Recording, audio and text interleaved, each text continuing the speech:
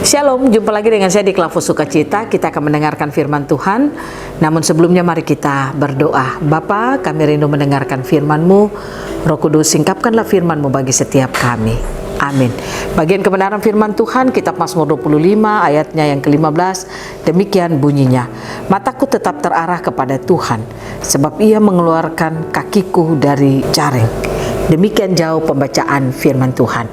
Pemirsa Klavos yang diberkati oleh Tuhan, mari kita belajar untuk terus membawa kehidupan kita atau mata kita tertuju kepada Tuhan. Artinya bukan kita melihat Tuhan seperti mata jasmani kita begini, tidak saudara. Tetapi ketika saudara ada di dalam masalah, saudara dalam tantangan, saudara dan saya ada dalam berbagai macam kesulitan, ketika kita tidak berfokus kepada kesulitan itu, tetapi kita terus terarah kepada Tuhan, maka saya percaya itu berarti mata kita mampu untuk terus melihat Tuhan.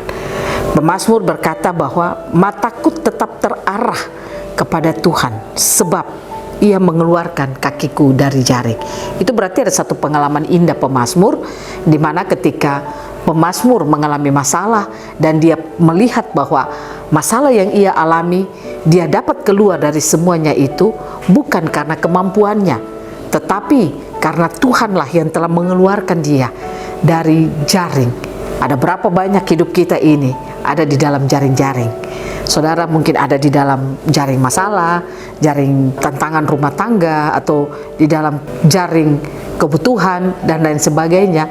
Itu hal-hal, artinya jaring itu menandakan bahwa hal-hal yang mengikat hidup saudara dan sulit untuk saudara keluar. Tapi bersyukur belajar lewat pemazmur katakan bahwa dia melihat bahwa Tuhan yang telah mengeluarkan dia dari jaring itu, kakinya dari jaring itu, yang membuat sehingga dia bisa melangkah dengan penuh sukacita. Nah, ini menjadi gambaran bagi saudara dan saya. Mari kita belajar seperti pemazmur. Saya percaya setiap kita punya pengalaman-pengalaman indah dengan Tuhan. Bukan saja karena saudara mungkin tiba-tiba mendapat banyak uang, tiba-tiba saudara mendapat keuntungan-keuntungan, lalu saudara melihat bahwa lah itulah pertolongan Tuhan yang sedikit demi sedikit datang kepada saudara. Saya katakan bagi saudara, ingat, kita ini orang yang sudah diberkati. Berkat Tuhan itu ada bagi saudara dan saya, dan warisannya adalah warisan yang diberikan bagi saudara dan saya, dan itu janji Tuhan. Saudara dan saya punya hak untuk menerima itu di dalam hidup kita. Jadi kita tidak bisa katakan atau melihat bahwa berkat Tuhan itu datang sekali-sekali dalam hidup kita. Tidak, setiap hari saudara dan saya diberkati oleh Tuhan. Buktinya saudara dan saya bisa mengalami nafas kehidupan sampai sekarang ini adalah berkat Tuhan yang luar biasa dalam kehidupan kita.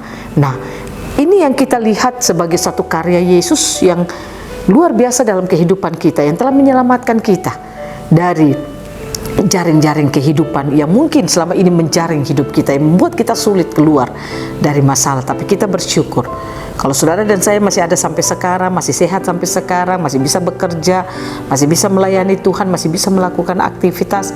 Lihatlah, itu adalah pertolongan Tuhan bagi kita. Alasan itulah yang membuat saudara dan saya jangan pernah melihat masalahmu, jangan pernah melihat tantanganmu, tapi lihatlah hanya kepada Tuhan. Saya ingin mengajak kita semua pemirsa Klavos yang diberkati Tuhan, arahkanlah mata kita hanya kepada Tuhan. Pertanyaannya, apa yang membuat kita bisa terus mengarahkan mata kita kepada Tuhan? Yang pertama, kalau firman Tuhan tersingkap bagi hidup saudara dan saya, pastikan saat kita mendengarkan khotbah, mendengarkan firman, pastikan firman itu tersingkap bagi kita. Itu yang membuat kita bisa mengarahkan mata kita kepada Tuhan. Kenapa ada banyak orang, sekalipun dia pengkhotbah, sekalipun dia pelayan, sekalipun dia aktif dalam pelayanan, tetapi ada masalah, dia tidak bisa keluar dari masalah. Karena apa? Firman tidak tersingkap baginya. Pastikan saudara dan saya mendengarkan firman. Firman harus tersingkap supaya kekuatan kita miliki dari Tuhan. Yang kedua, apa yang membuat sehingga mata kita bisa terus tertuju kepada Tuhan adalah ketika saudara dan saya mau terus membuka hati untuk menerima firman Tuhan. Janganlah engkau keraskan hatimu saat mendengarkan firman. Semakin engkau melembutkan hatimu, maka firman Tuhan akan tersingkap bagi hidup saudara dan saya. Buka hati saudara pada saat mendengarkan firman. Jangan sok tahu, jangan menganggap, saya sudah tahu, saya sudah dengar. karena ada masih banyak rahasia Tuhan yang Dia simpan bagi kita. Pastikan setiap kita membuka hati, maka Dia akan melimpahkan rahasia-rahasia firman itu bagi saudara dan saya. Itu yang membuat mata kita bisa tertuju kepadanya. Saya percaya dua hal ini kalau kita lakukan dalam hidup kita, maka mata kita mampu tertuju kepada Tuhan. Saya katakan bagi saudara, Tuhan tidak akan membukakan hidupnya untuk sembarang orang, hanya mereka yang punya kerinduan kepadanya. Itu yang membuat Dia membuka hidupnya bagi orang-orang itu. Pastikan saudara dan saya terus punya hati yang haus dan lapar. Pastikan saudara dan saya adalah orang-orang yang terus memiliki hati yang haus dan lapar akan firman Tuhan, sehingga Tuhan akan membukakan hidupnya bagi saudara dan saya. Biarlah Tuhan Yesus memberkati kita dan firman-Nya terus memberikan saudara dan saya kemampuan untuk terus mengalami hal-hal yang luar biasa dari Tuhan. Amin. Mari kita berdoa. Terima kasih Tuhan, kami ingin untuk terus memiliki pengharapan kepadamu. Biarlah apa yang dialami pemazmur, kalau dia bisa tertuju terus kepada Engkau, matanya tertuju kepada Engkau, maka kami pun ingin untuk kami pun dapat hidup seperti pemazmur. Tolong kami Tuhan, agar kami dapat terus hidup percaya kepada Tuhan. Dalam nama Yesus kami berdoa. Amin. Shalom, Tuhan berkati kita semua.